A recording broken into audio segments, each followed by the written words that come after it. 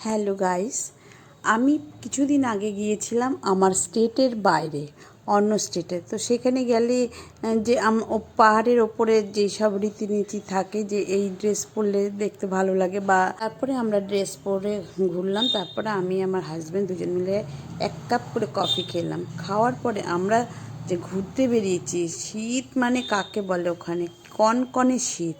তো এই আমার সব বন্ধুদের বউরা এবং আমি সবাই মিলেই আমরা ফটো তুলেছি। এখানে আমার মেয়ে ওখানকার ড্রেস পরে রানী সেজে ফটো তুলেছে, ভীষণ ভালো লাগছে। তারপরে আমরা অন্য হোটেলে এলাম। এই হোটেলটায় এসে, এই হোটেলটায় আপনারা যদি কখনো সিকিমে আসেন তো এই হোটেলটাই নেবেন। মানে অসম্ভব ভালো এই এনার মালিকের, মানে এই হোটেলটার মালিকের ব্যবহার এবং এই হোটেলের পরিষ্কার পরিচ্ছন্নতা বা আমাদের যে পরিষেবা দিয়েছে ভীষণ ভালো দিয়েছে। তারপরে জিপ লাইনে আমার এই ভাইটা উঠেছে।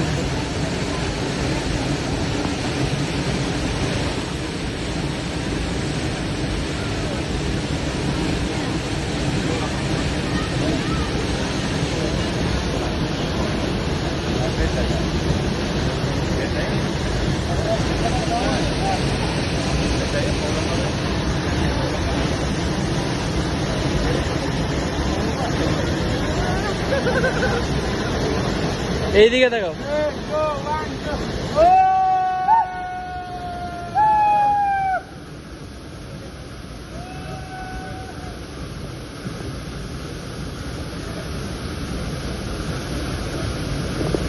পরে আমার এই ভাইটারই ছেলে, আমার ভাইপো সান, এবার জিপ লাইনে চলবে। তো এও ভীষণ এক্সাইটেড। যাই হোক, ওর আর ওর বাবার এক্সাইটেড পানা দেখে এবার দেখুন এই ছাড়লো ওকে, ও বেশ আনন্দে চলে গেল। কিন্তু এরপরে আমার মেয়ে মন বা তিতলি, একে দেখুন। আচ্ছা, এই যে সান চলে গেল, এরপরে মুনকে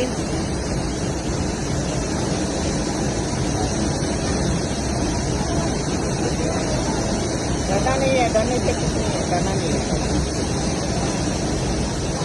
आइए आइए बसंत जी।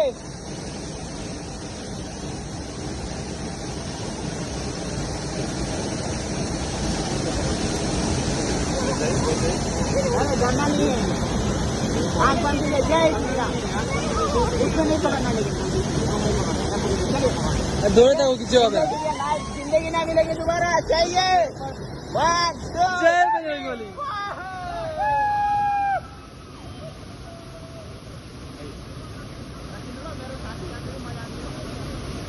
এরপরে ওখান থেকে বেরিয়ে পড়লাম।